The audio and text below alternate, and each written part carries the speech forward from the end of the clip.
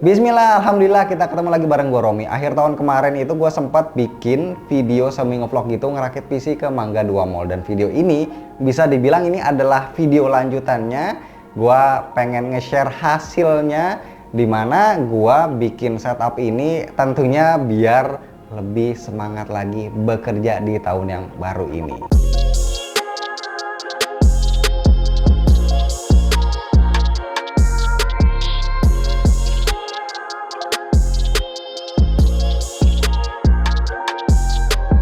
Oke, jadi untuk temanya sendiri, actually ini gado-gado alias campur aduk lah. FYI, sebenarnya ruangan ini tadinya adalah void atau ruang terbuka dari dapur rumah. Cuma karena akhir tahun kemarin itu sering hujan gede dan bocor mulu, akhirnya gue jadiin private room atau ruang pribadi aja. Biar dapat nuansa homey-nya itu gue pakai wallpaper dinding dua motif yang gelap sama terang. Nah, fondasi utama dari ruang kerja itu bisa dibilang adalah meja dan kursinya.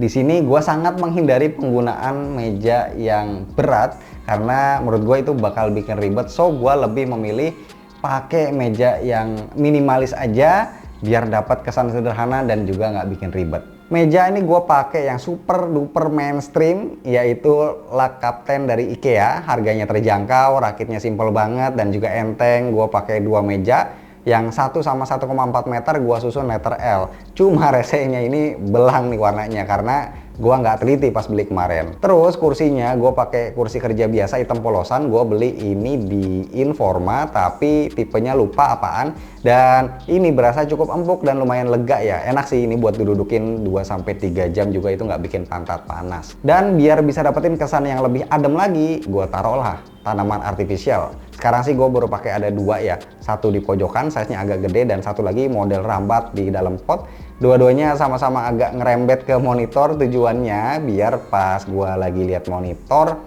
gue masih bisa dapat kesan ademnya. Dua-duanya ini gue beli di Informa. Terus biar agak-agak berasa kayak ruang kerja kekinian gitu, gue tambahin lah papan yang super duper pasaran, apalagi kalau bukan sekadis dari IKEA. Dan punya ruang kerja itu nggak lengkap ya rasanya kalau nggak pakai ambalan yang sebenarnya ini fungsinya buat pemanis aja sih. Gue beli yang panjang 60 cm di dekor rumah. Nah tapi adanya ambalan ini ternyata jadi menimbulkan sebuah problematika. Gue jadi kepengen buat naruh action figure di sini, dan alhamdulillah atas izin istri hadirlah 3 action figure Spider-Man. Ini brandnya dari Hot Toys dan gue sengaja beli yang versi Miles Morales karena gue memang demen banget sama karakternya dan kostumnya juga unik-unik, modis dan gaul gitu. Jadi yang merah lagi selfie ini namanya Spider-Man Bodega Cat version. Gue demen aja dia pakai hoodie terus punya banyak aksesori kayak HP, headset, botol minum, bahkan kakinya bisa diganti sepatu roda dan ada tambahan tas lengkap sama Spider Cat juga. Ini mirip banget sama yang ada di gamenya.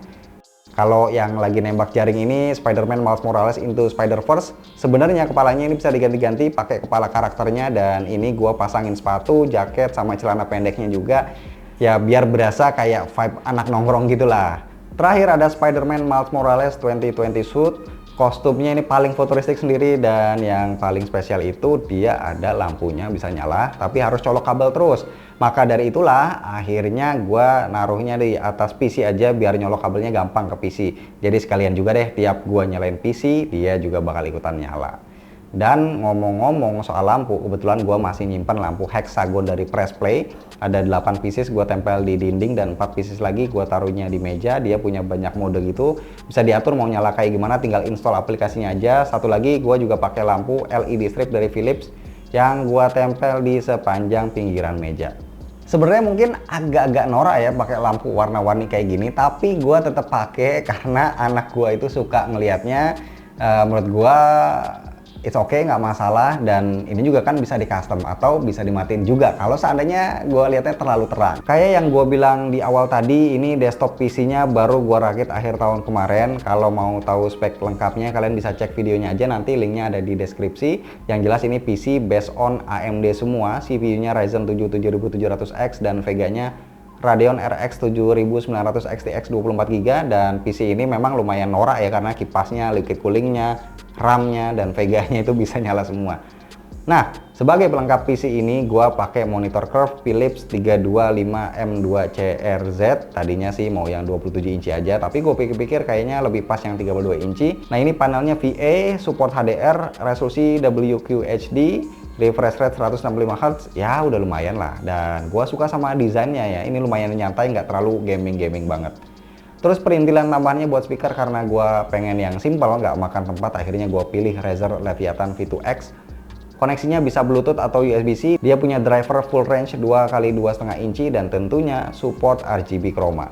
Nah pas nih ya, gue duetin sama mouse Razer Basilisk V3 Pro yang juga punya RGB di sekeliling bodinya. Koneksinya ini bisa kabel, wireless dongle sama Bluetooth. Dia pakai sensor optical focus Pro 30.000 dengan maksimal 30.000 dpi.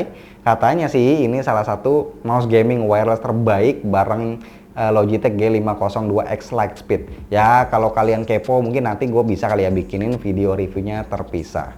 Last but not least, keyboard gue pakai mechanical dari Pressplay Voyager 68. Ini udah pas banget sama kebutuhan gue yang nyari keyboard mechanical compact, empuk, dan suaranya cenderung soft. Secara dia pakai switch Gateron Yellow, koneksinya dia bisa kabel USB-C, wireless pakai dongle, sama Bluetooth juga, dan tentunya ada RGB-nya juga. Dan sekalian juga deh, gue beli mousepadnya ini dari Pressplay yang ukurannya XL, temanya Harajuku. Sebenarnya bisa dibilang ini setupnya belum selesai 100%, masih ada beberapa item yang mau gue tambahin lagi, cuma gue itu bingung mau nambahin apa aja. Nah kalau menurut kalian enaknya item apa aja nih yang perlu gue tambahin? Boleh kali ya kalian komen kasih sarannya, so gue tunggu di kolom komentar. Thank you.